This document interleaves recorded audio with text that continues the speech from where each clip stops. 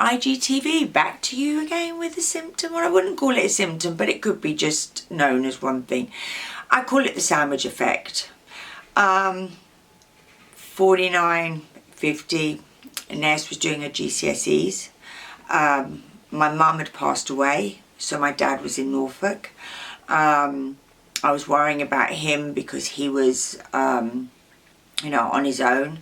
I was worrying about Anais and her GCSEs, even though I couldn't help her because I'm basically the most unacademic person there is. Also suffering with ADHD and being dyslexic. I didn't pass any exams, so let alone would I be able to help her. I did send her to cram a course though. She did go off to cram a course. I'm sure she hates me for it. I sent her off to Reading to a cram course where this will make you laugh.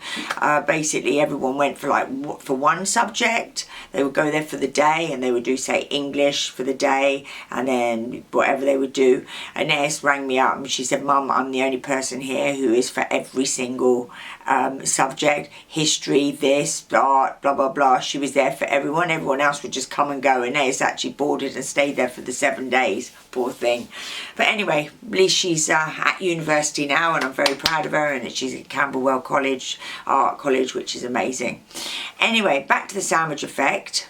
I felt like a car that was running on 0 oil and 0 petrol. Now, how can you be a car and if you're not fully full of oil and full of petrol, and your engine is going to be stuttering and starting and it's going to be seizing up, and that is what you feel like.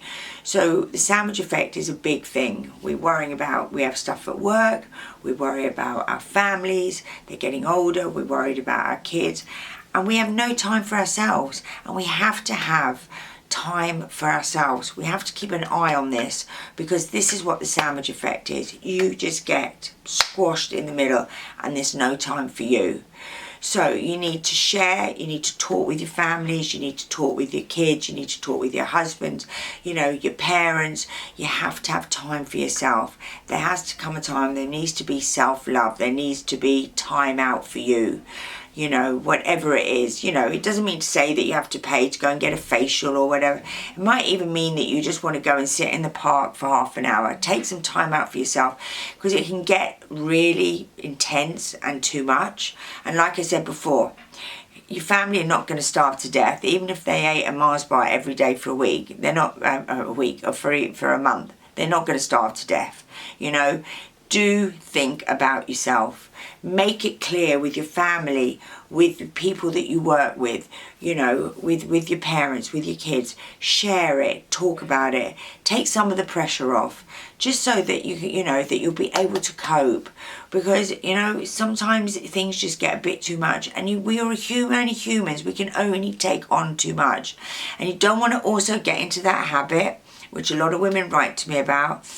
Is they get home, they open a bottle of wine, they have a glass of wine. They start cooking, they have another glass. They sit down and have dinner, they have another glass. Before they know it, they've drunk a bottle of wine in that night. They then wake up the next morning with the worst anxiety.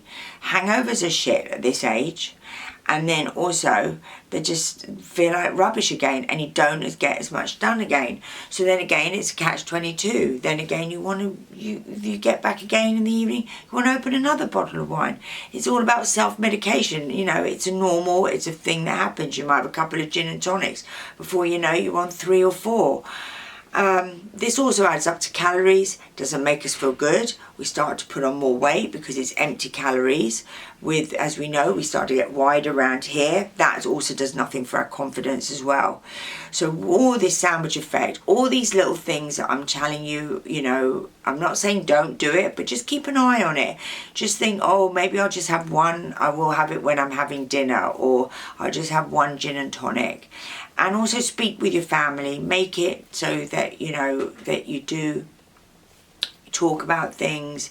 You learn to basically share about stuff and make life a lot easier. And also, and if you don't feel like cooking, then, everyone can have a sandwich tonight or get a takeaway. I don't know, but just make sure that you look after yourself and you don't take on too much. And if it's hard to talk about, which sometimes things are, I don't know, let them watch this. say watch Meg tonight, watch this, and maybe that will sum it up. Anyway, Menos, speak to you soon. Hope that helps.